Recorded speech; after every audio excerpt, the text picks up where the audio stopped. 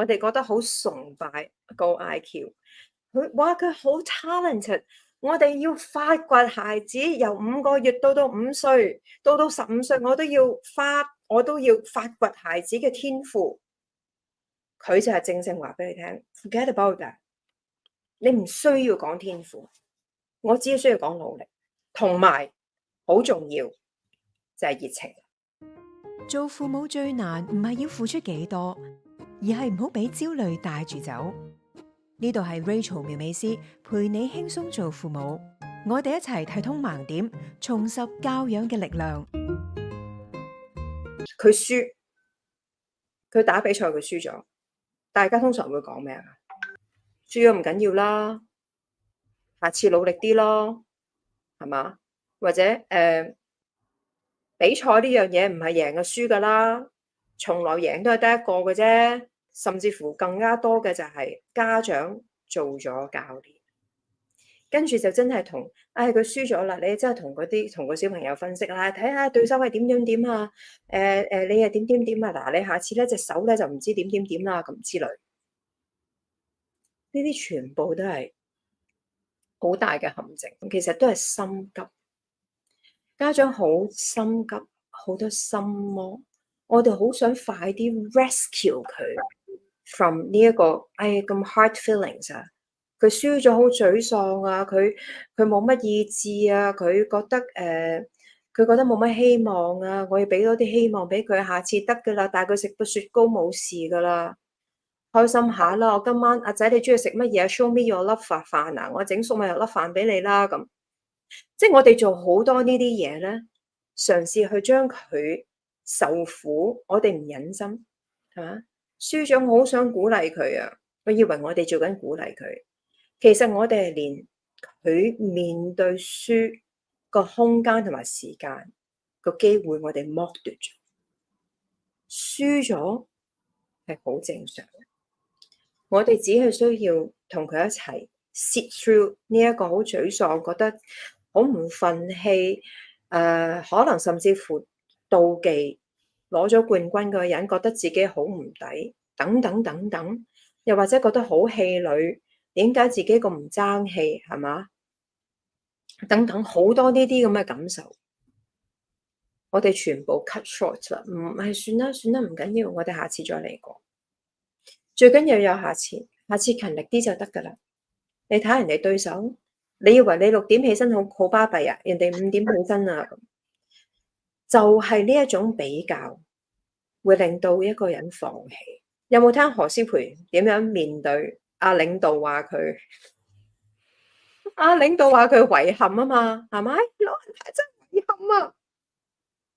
何詩蓓真係好值得敬仰。我知道好多人對我有期望，佢哋嘅期望唔係我嘅目標。最健康即係當然啦，所有尖子都係尖子，尖子都好多款嘅。尖子唔代表一個人滿足，唔代表一個人幸福，唔代表一個人係圓滿啊！你睇下何詩蓓，佢出到嚟滿有信心，不慌不忙，就係回應你呢個遺憾論。最健康嘅目標，從來都係我 set 俾自己，唔係教練 set 俾我，唔係阿媽 set 俾我，係我俾我自己嘅目標。而我俾我自己嘅目標，唔係同婉華鬥，唔係同 Rachel 鬥，係我同我自己鬥。而大家長更加要明白，喂，成日都話，我要比昨天更好，當然係希望啦。但係任何嘅 learning curve 係有高有低，有高有低，只要佢條線係向上，我哋只需要同小朋友一齊回望，即係最健康係你咪同小朋友一齊回望下咯。3個月下來，半年下來，大家是否有寸進呢？我進步嘅地方係咩呢？作為媽咪，我睇到你點點點點點，我睇到你，咦？你今年年初都仲未做到㗎。你今年年初咧出去嘅時候好緊張，滴晒汗，3晚瞓唔着。你睇你今年，你睇你而家3個月之後 OK 喎。我喺你身邊，我覺得好自在。你啱啊！你咁樣鼓勵，其實真係嘅，成功好多人就係用個金牌就去 value 咗件事嚇，即係覺得你金牌就係成功啦，你銀牌就好可惜、遺憾，同埋更加有少少遺憾咁。我聽完我真係，你點解唔可以調轉講咧？哇！你同全世界比，你咁難嘅一個100米，你都可以攞到個銅牌，你睇下幾多飛魚啊！你有咩咁多嘅資源俾呢位即係運動員？即係我自己睇法，我覺得已經係非常直情係 proud 到不得了啊！呢樣嘢係毅力咧，唔係話喂嗰啲所謂即係臨急抱佛腳啊！喂，我臨考試之前咧，我好有毅力㗎，48小時唔瞓㗎咁。咁呢一個毅力係唔 count 嘅，你係要持之以恆，有策略、有計劃，能夠貫徹地去做向自己嘅目標邁進，而唔係嗰種強度。喂，我突然之間爆發性操，唔係呢一樣，係要時間嘅穩定嘅努力，你就會邁向成功。Efforts versus talent，一個 talent 等於兩個 efforts 先至等於一個 talent，即係話咧，你嘅 efforts 咧係 count twice 嘅。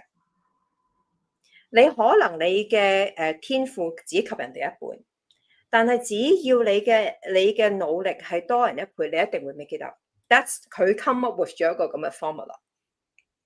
對於一個我哋當今社會係迷痴天賦，我哋覺得好崇拜高 IQ，佢好 talented， 我哋要發掘孩子由5個月到5歲，到15歲，我都要發掘孩子嘅天賦。佢就係正話俾你聽 ，forget about that。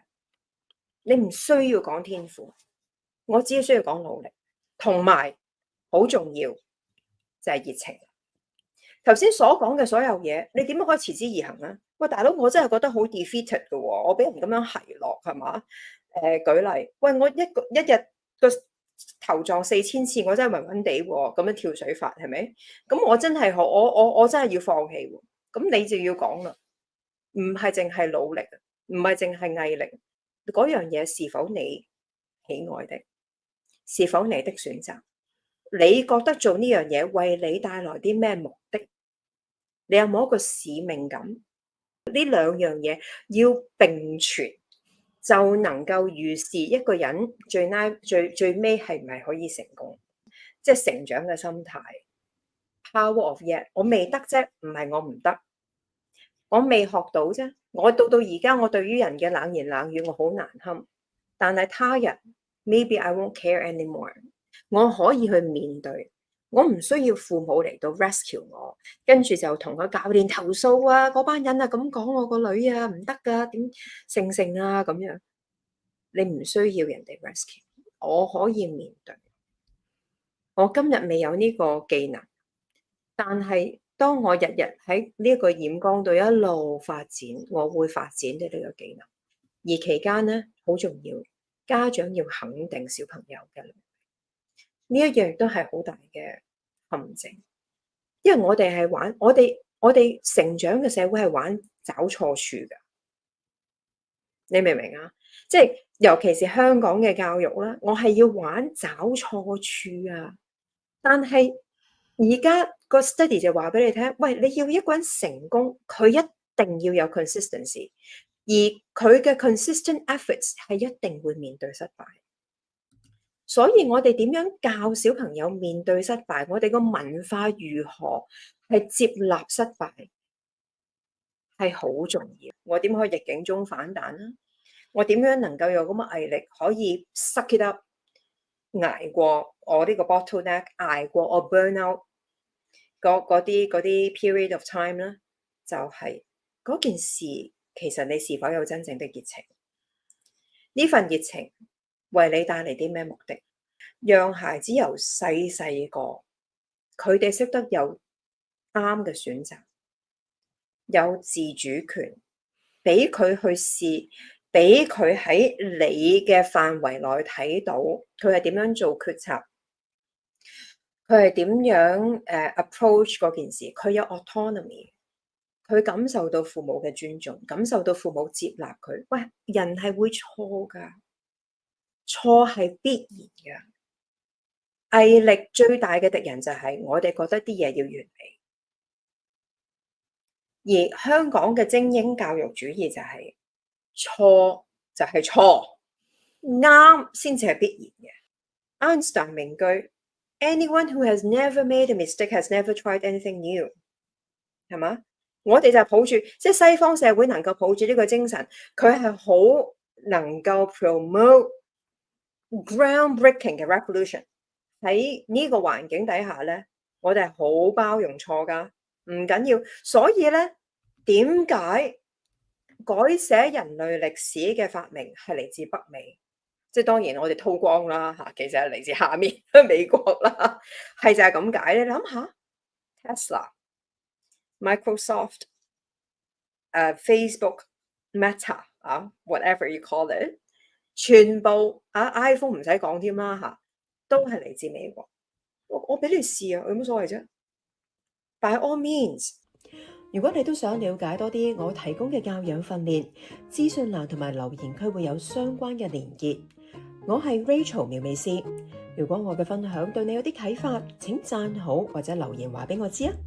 分享呢條片俾你身邊嘅家長，當然仲要訂閱呢個頻道。我哋下次再傾過，祝大家輕鬆自在做父母。